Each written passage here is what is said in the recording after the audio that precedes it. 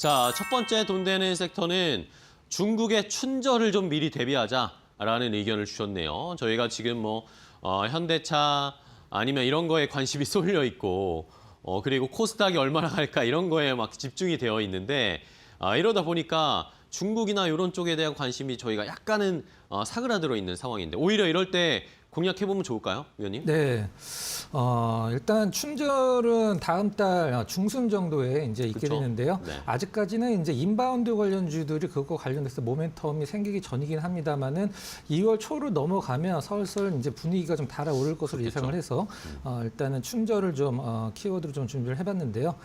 인바운드 관련주도 우리가 보통 작년에 굉장히 좀 많이 올랐죠. 이제 호텔, 카지노 이런 관련주들이 작년에 주도주로 시장에서 이제 여겨졌을 때도 있을 텐데 한편으로는 좀 이렇게 생각을 해 보실 수도 있을 것 같아요.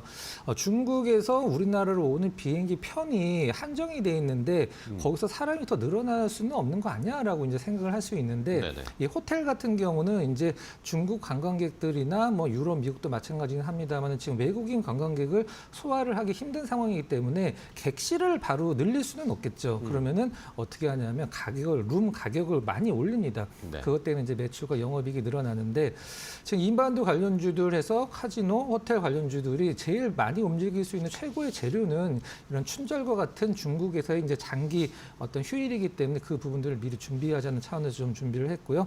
중국 민용항공국에서 조사를 좀 했는데 이번에 춘절에 외국으로 출국을 하는 어떤 여객수가 얼마나 될까라고 네. 조사를 해봤는데 무려 9,500만 명이 이제 와, 외국으로 네. 출발을 한다라고 하는데 과거에는 압도적으로 일본이 1위였습니다.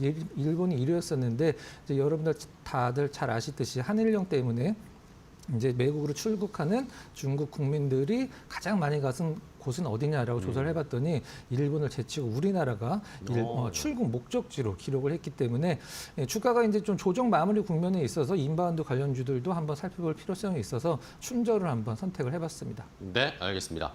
자, 춘절에 9,500만 명, 1억 명 가까이가 해외로 간다니까 그 중에 또 우리나라로 오려는 수요도 분명히 더 늘어났겠죠. 일본이 막혔으니까. 그걸 작년에 이야기들이 계속 나왔었습니다. 그러다가 조금 이제 우리가 기억에서 그 이야기가 좀 사라졌는데 다시 좀 꺼내볼 필요가 있겠죠. 자, 그러면 관련해서 춘절에 수혜받을 수 있을 만한 중국 수혜받을 수 있을 종목 뭘 볼까요?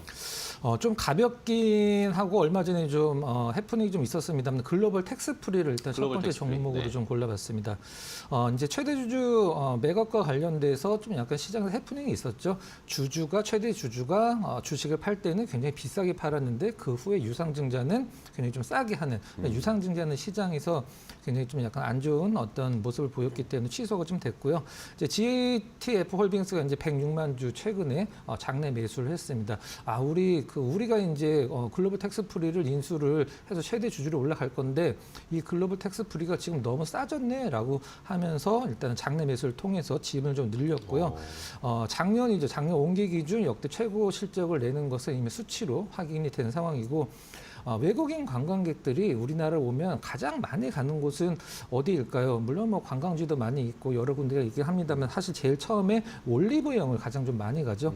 올리브영을 외국인들이 많이 가서 물건을 많이 살수록 이 글로벌 텍스프리의 어떤 매출도 올라가는 구조이기 때문에 어떤 글로벌 텍스프리를 좀 선정을 해봤고 이 최대 주주로 변경이 예정돼 있는 GTF 홀딩스의 위에 있는 이제 운영진들이라고 해야 될까요? 이분들이 과거에 이제 코인 쪽에서 있었던 분들이에요. 우리나라 이제 3대 거래소 안에 있었던 그 위쪽에 이제 경영진들인데 굉장히 좀 잘하는 게 어떤 거냐면 또 주가 부양을 굉장히 좀 잘한다라고 해요.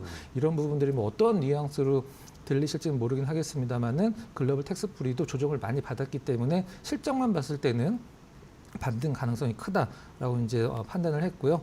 두 번째 종목은 GS 이제 P&L입니다. GS 네. 리테일에서 이제 떨어져 나온 곳이죠. 작년 4분기 이제 역대 최고 실적의 수준의 실적을 기록했고 호텔 관련주들이 사실 작년에 실적 나쁜 건 이상했었죠. 굉장히 다 좋은 흐름 보여줬었고 지금 중국인 관광객 증가로 아까 제가 좀 전에 말씀드렸던 객실을 확 늘릴 수는 없으니까 호텔 객실 단가를 지금 계속적으로 인상을 하면서 실적 성장을 좀 꾀하고 있다는 부분 컨티넨탈 호텔이죠. 이제 리모델링, 장기간 리모델링 거쳐서 정상화에 들어갔기 때문에 이 부분도 실적이 좀 도움이 될 것이다. 이렇게 체크를 하시면 될 것 같습니다. 네, 알겠습니다. 자, 이 텍스 프리, 글로벌 텍스 프리와 그리고 GSPNL 호텔과 또 텍스 관련된 종목을 주셨고, 자, 그러면은 위원님이 생각하시는 춘절의 효과를 가장 볼 수 있을 만한 탑픽 종목으로는 뭘로 보세요? 네, 아무래도 좀 카지노가 좀 껴 있으면 좋지 않을까라고 생각을 해서 롯데 예. 관광개발을 좀 롯데 관광개발? 네, 네. 탑픽으로 좀 꼽았는데요. 작년만 봤을 때 항공편이 재작년 대비해서 제주도겠죠. 한 15% 정도 늘었고 외국인 관광객은 24% 정도 증가를 했다라고 이제 발표가 됐는데 그 중에서 이제 롯데 관광개발의 주가 흐름을 이제 실적과 같이 견인을 했던 것은 뭐 호텔도 호텔이긴 합니다만 아무래도 이제 카지노라고 보는 게 맞을 것 같은데요. 카지노 실적이 54% 정도 카지노 이용객이라고 하는 게 맞을 것 같습니다. 네. 전년 대비해서 이제 늘어났기 때문에 월간 5만 명 이상이 지금 제주 드림타워 카지노를 찾고 있다라고 하는데 우리가 보통 우리가 다른 기업들을 평가를 할 때는 매출액 영업이익이라고 평가를 하는데 카지노는 좀 다른 단어를 쓰죠. 이제 드로백, 홀드율이라는 표현을 쓰는데 드로백은 내가 이제 카지노 가서 칩이랑 바꾼 돈이 이제 드로백이고 네. 거기서 100만 원을 바꿨는데 50만 원밖에 내가 못 갖고 갔다. 그럼 홀드율이 이제 50%가 되는 건데 그 드로백도 62% 정도 크게 성장을 했다라는 부분.